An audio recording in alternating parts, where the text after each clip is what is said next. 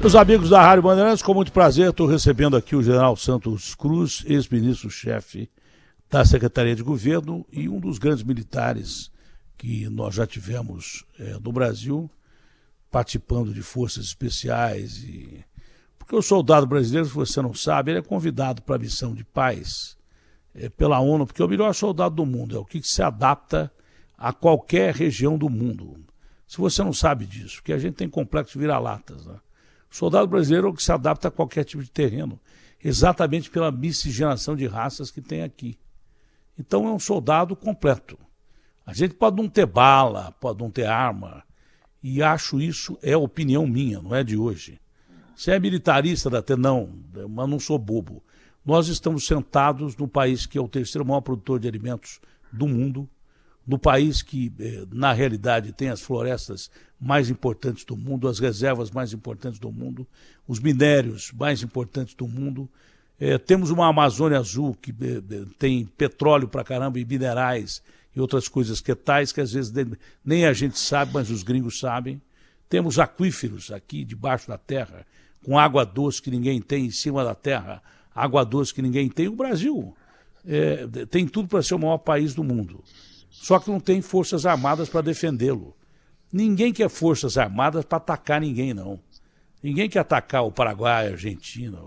Nós precisamos ter forças armadas que estão sucateadas, e o general entende disso melhor do que eu, foram sucateadas, jogadas ao léu, esquecidas, até pelo próprio presidente agora, que precisam ser reequipadas para defender as riquezas da nossa nação. As riquezas de você que está me escutando aí. Você que está do outro lado do rádio ou me vendo na tela, no tubo. Porque o Brasil é seu. Não é do político que está lá. O político que está lá, ele está lá como inquilino. E vai passar. Mas o Brasil precisa ter forças armadas à altura de responder qualquer agressão, ou então tentativa de saque, ou então esses arroubos dizendo que a Amazônia não é nossa, ou coisa parecida. Né? Mas não adianta disso que nem naquela época que houve essa ameaça que o Bolsonaro falou assim, olha, vamos tentar discutir com os Estados Unidos, então é porva. Que porva? Que condição que nós temos de enfrentar uma nação como os Estados Unidos? Nós temos que ter parceiros fortes para nos proteger dos mais fortes ainda, né? E temos que ter forças armadas realmente equipadas para impedir qualquer arroubo de agressão ao nosso país. É isso que eu penso. Mas se é militarista? Não sou militarista, não sou. Aliás, eu não sou nada, eu sou pela Constituinte. Eu sou pela Constituição brasileira. Falou, agiu dentro da Constituição, para mim tá bom. Não precisa ser direita, esquerda, centro, ponta esquerda. Para mim o que interessa é a Constituição. Esses caras, sob bandeira de ideologia, saquearam e roubaram o país até hoje. General, a situação hoje é muito difícil. O senhor já esteve ao lado do presidente Jair Bolsonaro, já participou de governo e daí por diante. Hoje está fora. Como é que o senhor observa de fora para dentro essa situação? Hoje denúncia de que o presidente teria participado de rachadinha, outro dia denúncia de prevaricação, muita gente querendo o pedido de super impeachment, e eu fico entre o que o Marco Aurélio falou hoje, ministro decano que está deixando o Supremo, que o Fernando Henrique falou outro dia. As coisas têm que ser apuradas, mas toda hora você tirar presidente, você arranha a democracia, entendeu? É claro que tem que ser apurado, mas vamos com calma. Eu acho que o melhor julgamento para quem aí está são as urnas.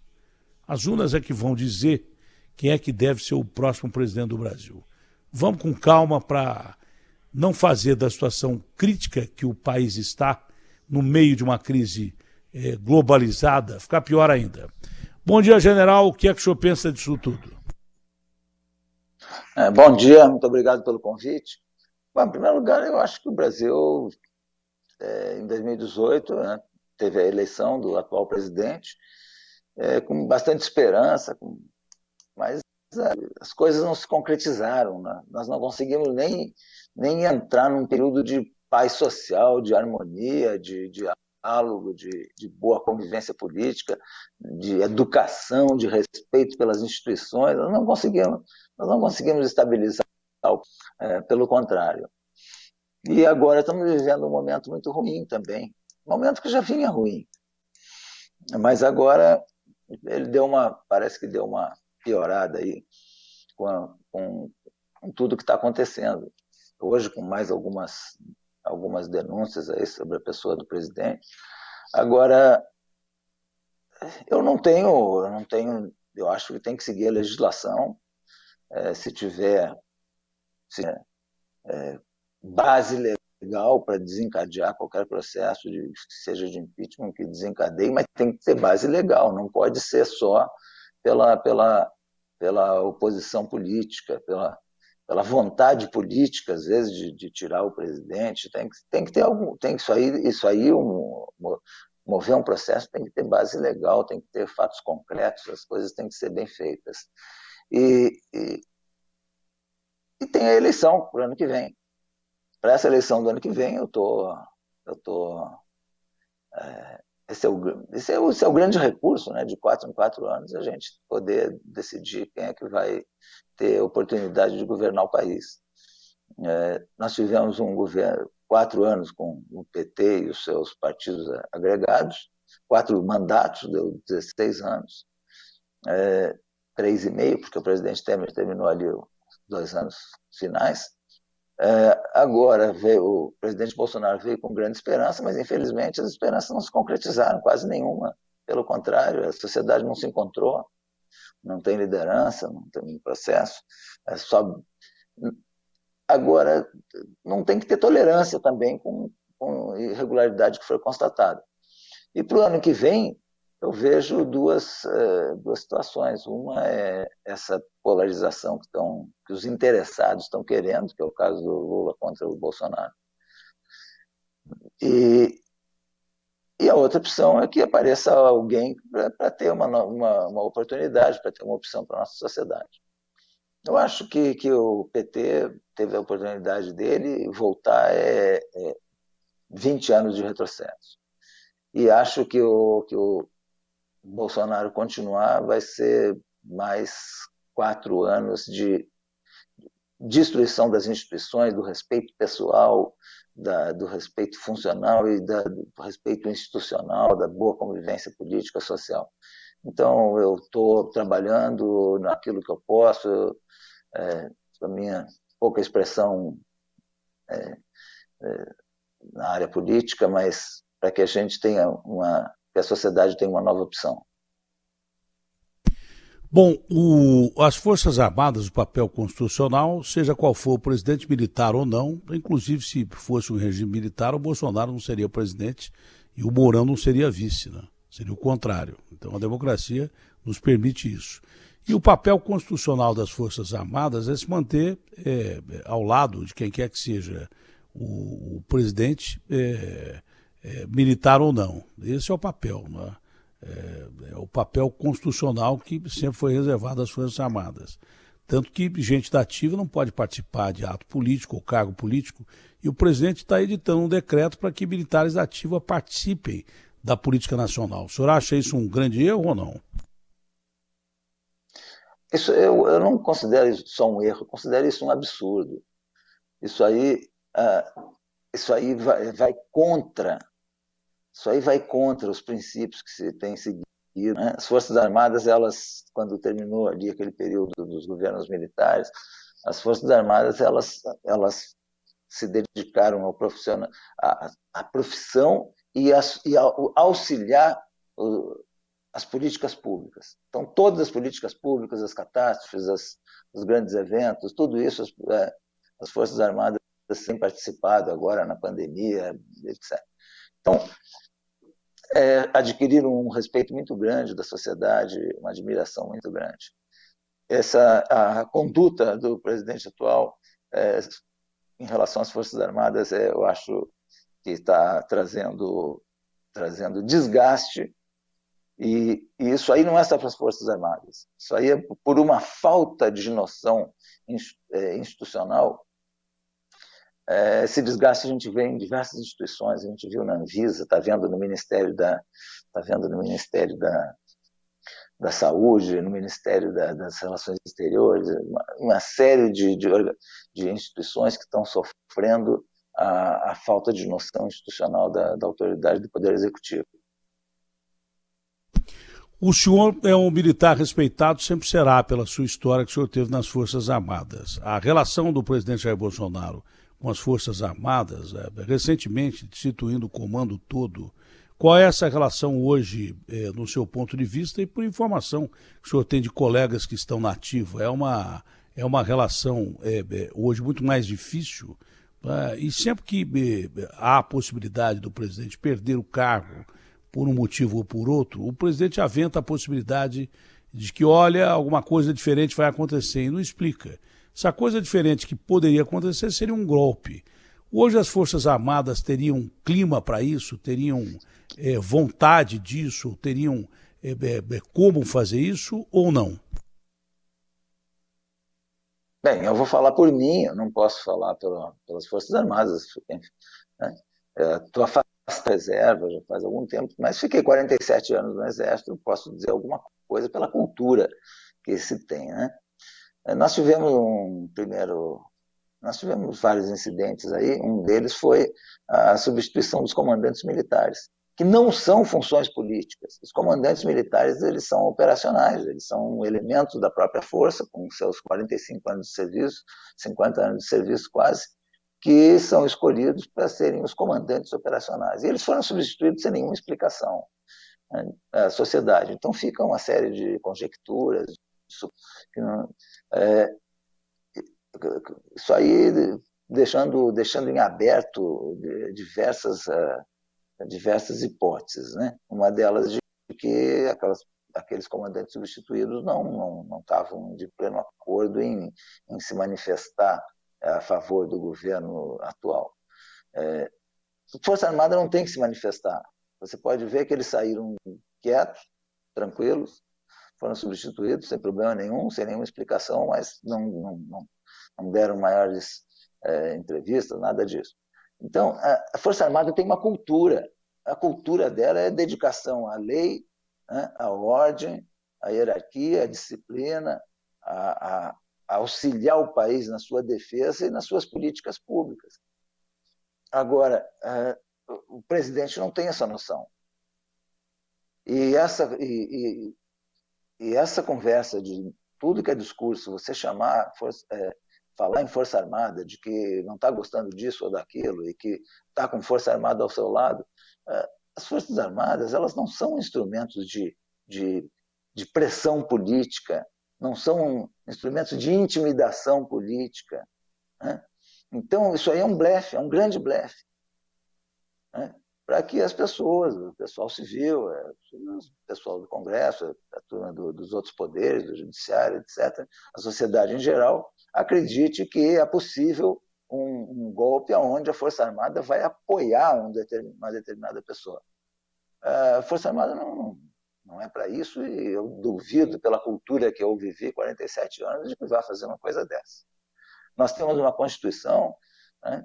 Os poderes precisam, as instituições precisam ser aperfeiçoadas, sempre vão precisar, porque é normal, e tem que trabalhar para o aperfeiçoamento institucional. Nós temos as nossas eleições periodicamente, então isso aí é um grande blefe, e eu não acredito em nenhum amparo de Força Armada para algum projeto de poder pessoal. Ao invés de demonstrar poder e autoridade, foi, na realidade, uma ação muito próxima da irresponsabilidade você tirar o comando militar inteiro, né? O comando das 3 forças. Foi um gesto muito arriscado. Os militares só não responderam, como o senhor já disse, para ficar bem claro e que eu entenda isso, e que nós entendamos isso, porque o presidente é o comandante em chefe das Forças Armadas e não... Enfim, as Forças Armadas não quiseram reagir ao presidente da República para não provocar uma situação mais grave. Foi isso que eu entendi. Mas provocou desgaste, no seu ponto de vista, do presidente para com os seus comandados? Olha, as Forças Armadas elas não vão reagir a isso. É um direito que o presidente tem de substituir os comandantes. Agora, então, ele não fez nada de ilegal em substituir os comandantes. Agora, politicamente, você não pode desconsiderar nem as pessoas que estavam no comando, nem as funções que eles exerciam, nem as instituições, e muito menos a sociedade, sem dar explicação nenhuma. Não é porque você é presidente que você pode fazer certas coisas sem nenhuma motivação, simplesmente pelo seu gosto. Né? Então, esse desgaste existe e esse desgaste ficou com o presidente, sem dúvida nenhuma, porque você não pode desconsiderar a sociedade, nem as pessoas, nem as instituições dessa forma. Em que mais lhe desgostou a atuação do governo do presidente Jair Bolsonaro, que era a solução para o país depois da crise provocada pela esquerda, com principalmente o último governo Dilma jogando o país da pior recessão econômica da sua história, crimes que não foram bem apurados, segundo o Supremo, e por isso o Lula vai poder voltar a disputar as eleições. O senhor não quer nem o PT, mas o bolsonarismo, que seria a salvação da pátria, não lhe agradou. O que é que menos lhe agradou no bolsonarismo, general? O que menos me agradou, não é bem o que menos, não tem o que menos e o que mais. Né? O que não me agradou, e desde o início, algumas coisas, porque fiquei 6 meses como ministro, algumas coisas eu tive a oportunidade de falar, de conversar, de dizer a minha opinião. Depois eu saí, fui demitido, né? Fui substituído. Então, o que não agrada é você ter uma expectativa muito boa na sua eleição, a população vota, lhe dá uma credencial fantástica, e você não faz aquilo que o país precisa. Depois de uma eleição, o Brasil tinha que entrar num espírito de união, a liderança ela tem que governar para todos, até para aqueles que perderam. Os radicais sempre vão existir em qualquer ambiente, mas, no geral, você tem que governar para todo mundo, você tem que unir o país, um país que já vinha desunido, não começou nesse governo, a desunião começou antes, mas esse governo tinha que ter unido o Brasil, tinha que ter entrado num ambiente de paz, de estabilidade para as pessoas poderem produzir. O combate à corrupção, que é um câncer nacional, em todos os níveis, isso daí é um câncer que nós temos, tinha que ser combatido, tinha que continuar, tinha que aprofundar o combate à corrupção. Né? A boa convivência política, o respeito às pessoas, aos partidos, às instituições todas, né? O relacionamento com poderes, tudo isso daí, o Poder Executivo ele tem capacidade para melhorar todos esses aspectos. Isso aí não foi feito. Nós entramos num populismo barato, um projeto de poder de um pequeno grupo, e isso aí é o que mais me desencantou.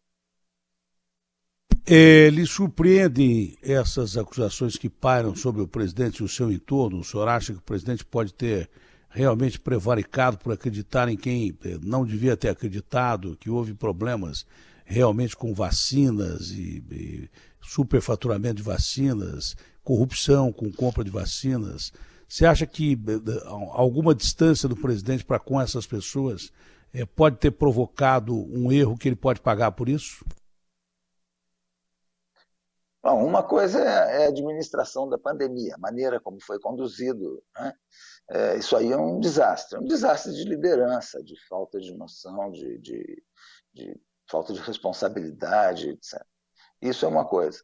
A outra coisa são essas acusações que hoje estão aí apareceram por conta da CPI, né, dessa comissão, e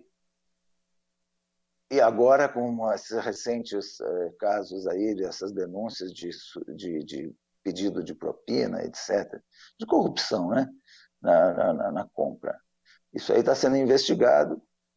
Isso aí não se pode antecipar julgamento, porque você vê também a qualidade das pessoas que fazem as acusações, também são uma qualidade lastimável às vezes, né? Pessoas que aparecem no cenário quase do nada, e sem ter contrato com grandes empresas, prometendo negócios internacionais de 400 milhões de doses, de bilhões e bilhões de reais. Então, isso aí precisa dar uma clareada, porque esclarecer bem, porque tirar os interesses políticos, tirar o show de espetáculo que a gente vê, às vezes, nos interrogatórios, tirar tudo isso, limpar esse cenário para ver o que vai sobrar de realidade aí. Se sobrar, se for verdade o que está sendo denunciado, que cada um pague o seu preço, só isso.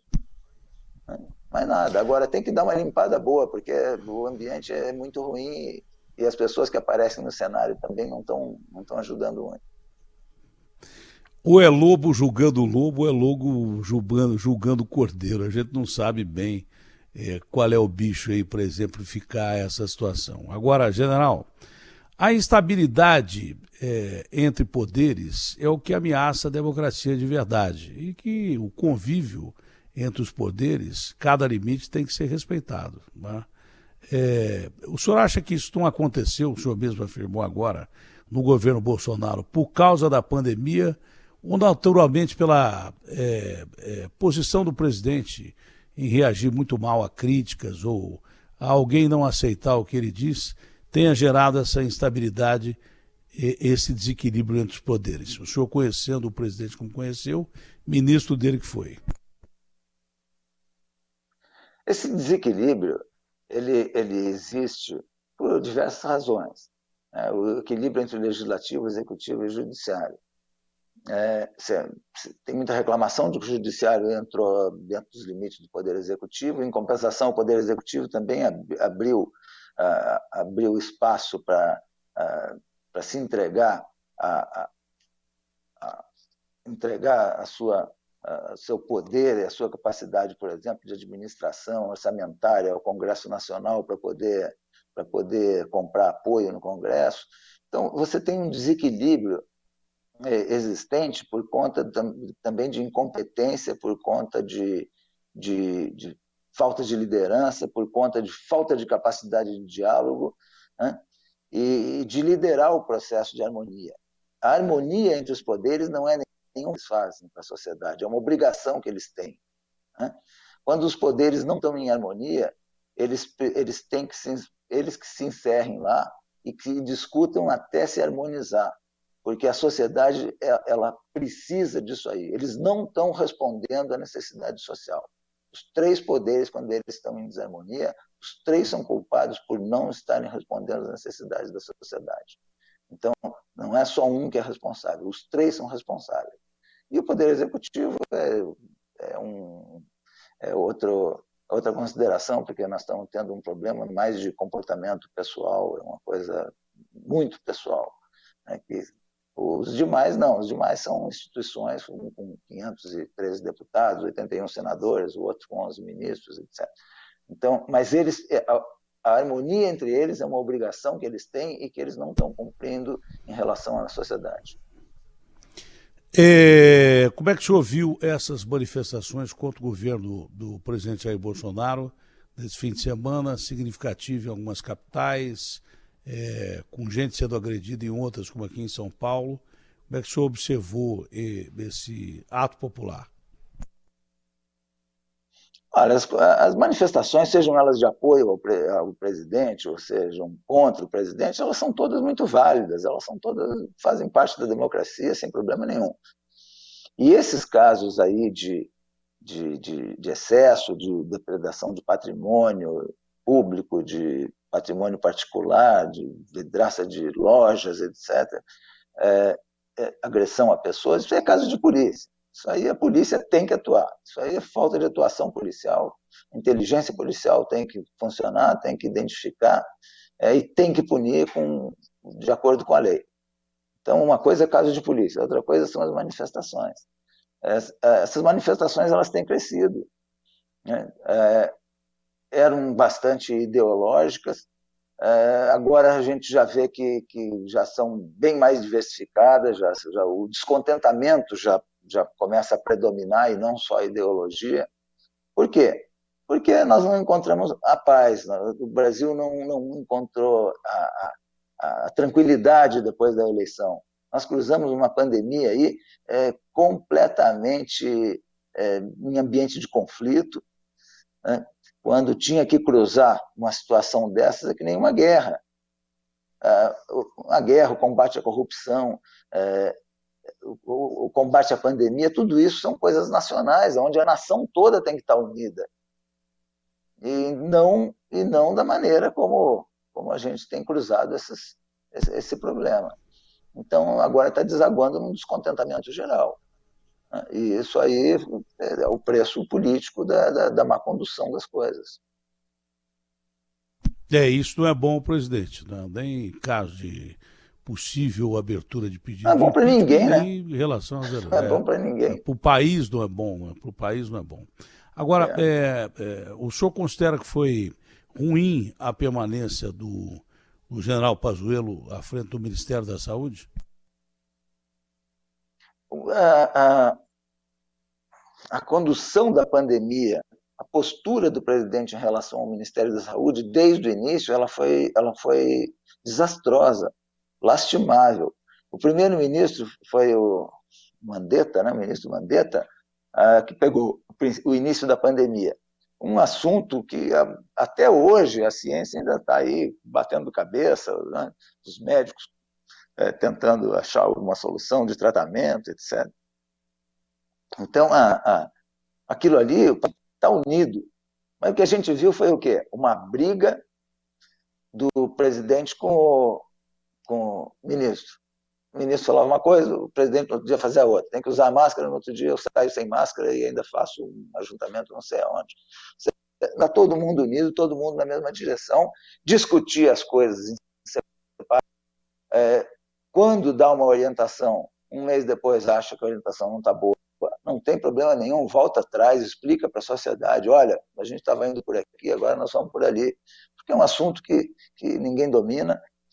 Mas não, o que a gente viu foi uma briga só. Aí veio um segundo ministro que olhou aquilo e falou, não, dá para mim, isso aqui é um negócio de louco. Então, pegou, não ficou nem um mês. Aí o presidente, no meio de uma pandemia, nomeia um ministro que não é especializado, né, no assunto, que não tem penetração no meio da comunidade científica, que não tem conhecimento específico sobre o assunto. Então, e aí você ainda tem uma puxada de diversos militares para um ambiente administrativo que não é o ambiente não é o ambiente dele. Então, e aí forte ainda a polarização no meio da pandemia, com propaganda de medicamento, o presidente politizando propaganda de medicamento pessoalmente, né? Coisas assim, sem nenhum amparo técnico, aonde a Anvisa, né, um órgão que precisa, uma instituição que precisa ser prestigiada, que tem pessoas capazes, né, responsáveis, que trata disso todos os dias, aí aprova uma coisa, aí você vai e diz que a vacina que ela aprovou não é comprovada. Então, confusão geral. O erro que você perguntou de nomeação de um ministro ali, o erro é visível.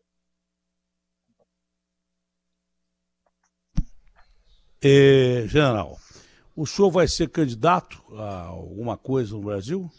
Porque o senhor teria condição, Posso ser, pela sua capacidade.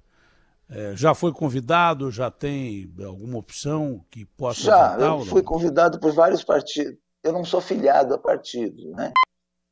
A partido político, e uma condição legal para você participar da vida política, né? Em termos Está pensando em se filiar? Você ser filiado. Eu fui convidado por vários e devo me filiar a um partido político, né? Até para ter condição. Agora, cargo eletivo é uma coisa muito partidária, né? Às vezes o partido tem interesse que você dispute por cá ou por ali, ou não dispute nada, não tem problema nenhum também. Eu não sou ficcionado por exercer função eletiva. É isso. Então, mas para participar mais intensamente da vida política, é bom você se filiar. Tem uma hora que você acaba tendo que se filiar. É interessante. Eu já refuguei algumas vezes. Eu fui e voltei, né? Aí eu estava entrevistando o Witzel aqui uma vez, e o Witzel começou a se sentir apertado na entrevista e perguntou para mim: Datena, por que você refugou 3 vezes quando você saiu candidato aí?